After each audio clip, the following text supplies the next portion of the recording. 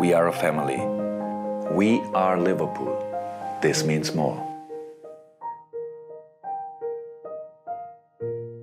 전반기 리그 20경기 14골 8어시스트, 전대회를 포함했을 경우 27경기 18골과 9개의 어시스트, 찬스메이킹에서부터 온갖 공격 지표에서 압도적인 영향력을 선보이고 있는 모하메드 살라. 이 선수가 국제대회로 인해 한 달간 리버풀을 떠나게 되었습니다. 포워드 뎁스가 괜찮은 편에 속하는 리버풀 입장에서도 쉽게 대체할 수 없는 자리가 바로 우측 윙 포워드인데 과연 이 자리를 어떤 선수로 한 달간 대체할 수 있을까요? 오늘은 향후 한 달간 리버풀이 겪게 될 살라의 부재와 관련해 얘기를 나눠보도록 하겠습니다.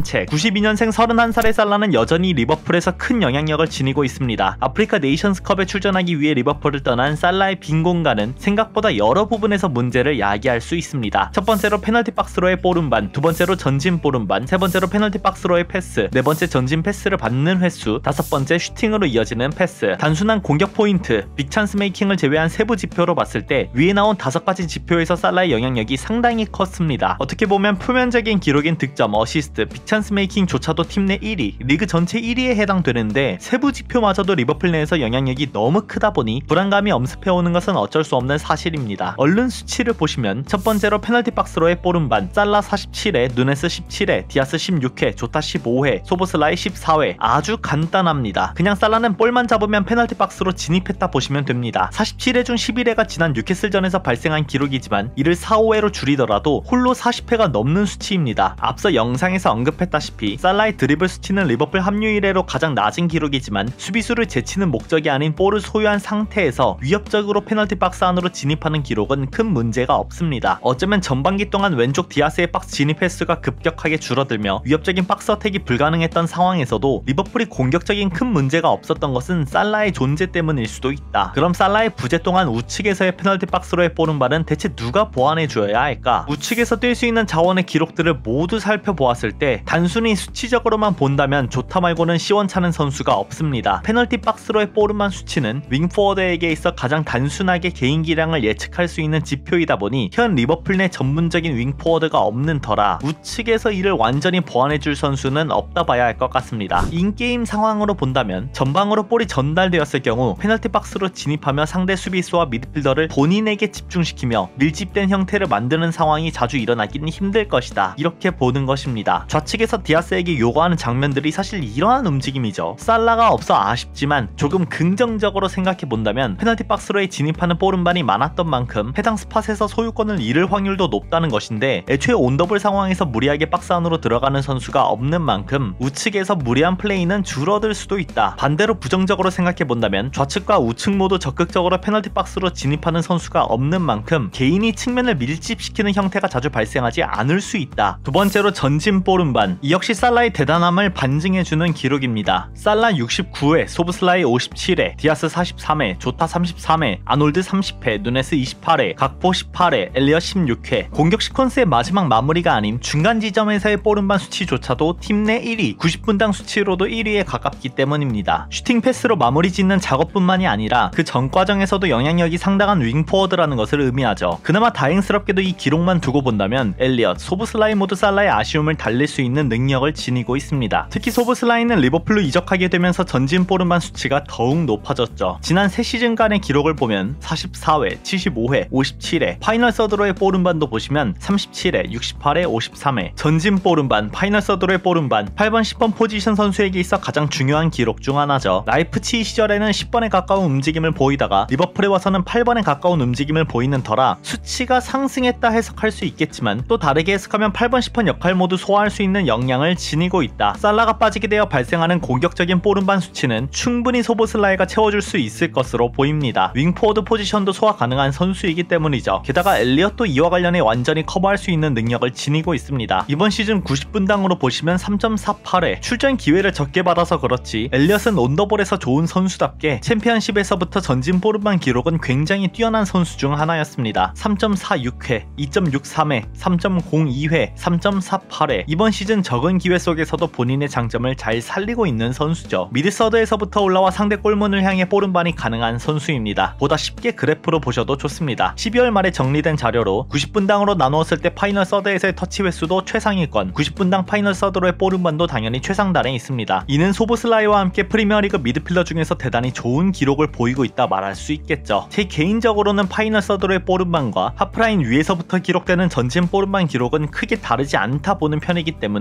두 선수가 우측을 커버해준다면 우측에서의 볼운반에 대한 걱정은 크게 하지 않으셔도 될 듯합니다. 오히려 더 유연한 볼 전개가 될 수도 있습니다. 세 번째로 페널티 박스로의 패스. 살라 44회, 아놀드 36회, 소보슬라이 23회, 디아스 19회, 누네스 19회, 엘리엇 16회, 각보 13회. 리버풀의 주된 공격 방향이 얼마나 우측에 집중되어 있는지 알 수 있는 대목이며 플레이메이킹 측면에서도 살라, 아놀드, 소보슬라이 세 선수의 지분율이 얼마나 높은지 알 수 있는 기록입니다. 볼운반과 같이 연결되는 과정에서 나오는 세부 지표와는 다르게 직접적인 메이킹과 연관되는 기록이라 볼 수 있죠. 하지만 해당 수치는 크게 걱정할 필요가 없습니다. 그냥 아놀드의 측면 활용폭을 높이고 우측 윙포드에 엘리엇이 나오면 됩니다. 패스 효율 측면에서만 본다면 엘리엇의 시즌 90분당 페널티 박스로의 패스는 리그 전체에서도 가장 높습니다. 표본이 적긴 하지만 엘리엇보다 많이 출전한 선수들과 비교했을 때 엘리엇 90분당 3.48회, 메디슨 90분당 3.27회, 브루노 페르난데스 90분당 2.95회, 웨데고르 90분당 2.81회, 팔머 90분당 2.76회, 클루셉스키 90분당 2.54회, 프리미어리그 1위입니다. 어이없겠지만 수치적으로는 그러합니다. 슈팅까지 이어지는 키패스 수치까지 포함시킨다면 위에 비교된 선수들보다 약간 낮은 기록을 보이지만 적어도 페널티 박스 안으로 투입시키는 도전적인 패스를 가장 자주 넣을 수 있는 선수는 하비 엘리엇이다. 소보슬라이가 박스 안으로 침투하든 누네스, 디아스, 그 외 미드필더들이 좋은 위치 선정을 가져갔을 때 엘리엇은 그들에게 위협적인 찬스를 만들어줄 만한 능력을 갖고 있습니다. 네 번째로 전진 패스를 받는 횟수. 살라 222회, 디아스 122회, 누네스 116회, 소보슬라이 108회, 고메즈 77회, 조타 74회, 각포 60회, 엘리엇 34회. 포워드 혹은 공격적인 움직임을 보이는 풀백, 미드필더들은 해당 수치가 높을 수밖에 없겠죠. 팀의 1옵션 혹은 공격적인 볼운반, 박스 어택을 할 수 있는 선수들의 경우 이 수치가 대단히 높습니다. 리그 전체 기록을 봐도 알 수 있죠. 대부분 우리가 납득할 만한 1옵션, 공격적인 볼운반, 박스 어택에 능한 선수들이죠. 그런데 제가 여기서 얘기하고 싶은 부분은 전방에서의 안정적인 볼 키핑입니다. 어떻게 보면 포스트 플레이죠. 너무 포괄적인 수치라서 세부적으로 설명할 수 있는 부분은 아니지만 엘리엇, 소보슬라이, 각포 어느 선수가 우측에서 뛰더라도 대체할 수 없는 움직임이 이것입니다. 포스트 플레이. 우측 윙 포워드이면서 센터 포워드적인 움직임이 가능하여 경기 양상에 따라 포지션 변경이 가능한 선수는 정말 드뭅니다. 윙 포워드가 덩치 큰 프리미어리그 센터백, 풀백과 등짐에 볼을 키핑한다는 것은 불가능에 가깝습니다. 하지만 살라는 가능했다는 것. 살라가 빠지는 기간 동안 누네스의 포스트 플레이 능력도 집중해서 보시면 좋을 것 같습니다. 우측 윙 포워드로 나서는 선수에게 살라만큼의 포스트 플레이 능력을 기대하는 것은 불가능하다. 다섯 번째로 슈팅으로 이어지는 패스. 아놀드 49회, 살라 47회, 소보슬라이 35회, 디아스 22회, 누네스 19회, 각포 10회, 엘리엇 9회. 직접적인 메이킹 능력에 가까운 기록입니다. 아놀드 다음 2위에 위치하여 아놀드, 살라, 소보슬라이 이 세 선수의 지분율이 역시나 높습니다. 90분당으로 나누어 보더라도 아놀드와 더불어 팀의 플레이메이킹을 전담하고 있다 봐도 무방합니다. 하지만 이 부분도 너무 걱정할 필요는 없습니다. 소보슬라이, 엘리엇이 그대로 대체 가능합니다. 라이프치히 시절 기록과 비교해보면 90분당 2.28회, 90분당 2.57회, 90분당 1.98회, 윙포워드, 공격형 미드필더 역할을 도맡던 시절보다 더 낮은 위치에서 볼을 잡고 볼운반하는 상황이 더 늘어난 만큼 공격수들에게 직접 전달하는 패스는 줄어들었습니다. 그렇지만 윙포워드를 소화할 수 있는 선수인 만큼 살라의 자리를 직접적으로 대체할 수도 있겠죠. 다만 엘리엇이 우측 윙포워드 자리에 선발로 나선다면 수비적인 움직임 측면에서 소보슬라이가 커버해야 하는 범위가 넓어지기 때문에 스위칭 개념으로 더 공격적인 포지셔닝을 가져가기보단 살라, 소보슬라이, 아놀드 세 선수가 뛰었을 때처럼 비슷한 역할을 맡게 될 확률이 높습니다. 한마디로 소보슬라이가 윙포워드, 엘리엇이 미드필더 포지션에서 뛰는 상황은 없을 것이다. 여기서 약간 더 추가해보면 오웬백의 복귀 그리고 로버트슨의 1월 말 복귀가 정말 큰 도움이 될 것입니다. 정상적인 레프트백이 가동된다면 고메즈를 다시 우풀백 자리에서 출전시키며 인버티드 풀백, 일반 풀백 모드 활용 가능하여 아놀드의 활용폭이 다시 넓어집니다. 경기 도중 답답하면 고메즈를 풀백으로 돌리며 4-2-3-1 포메이션 속 아놀드를 미드필더로 돌릴 수도 있고, 그렇다면 아놀드의 전진 빈도를 높여 공격적인 움직임도 가능한 가운데 고메즈의 오버래핑을 통한 마무리도 가능하게 되는 것이죠. 혹은 치미카스마저 이탈하여 좌측에서의 공격 효율이 떨어진 현 상황에서 로버트슨의 공격 빈도를 높여 안정적인 공격 배분이 가능해집니다. 그래서 살라의 아프리카 네이션스컵 차출 기간 내 포함되는 10일의 휴식기가 정말 크지 않나 싶네요. 이미 런닝, 볼 훈련 모두 진행 중인 로버트슨이 조금만 더 빠르게 회복해준다면 된다면 큰 도움이 될 것 같습니다. 종합, 수치적으로 보더라도 살라의 빈자리는 하비 엘리엇이 채워줄 확률이 높습니다. FA컵 아스날과의 경기를 앞둔 컨퍼런스에서 받은 살라의 빈자리에 대한 질문에서도 살라 자리에 엘리엇을 출전시켰던 경험을 언급한 클롭입니다. 소보슬라이의 윙포워드 소화가 가능하지만 엘리엇은 애초에 우측 윙포워드가 주 포지션이었던 만큼 한 달간 충분히 기회를 받으며 좋은 모습을 보이지 않을까 싶네요. 그러니 엘리엇 믿고 2월까지 기다려라. 어차피 윙포워드로 출전하면 엘리엇에게 넓은 리커버리 범위를 요구할 것이 아니기 때문에 엘리엇의 공격 효율을 믿는 편이 좋습니다. 당장 FA컵 아스날전에서부터 엘리엇이 어떤 활약을 보여줄 수 있을지 흥미진진하게 지켜보시죠. 그럼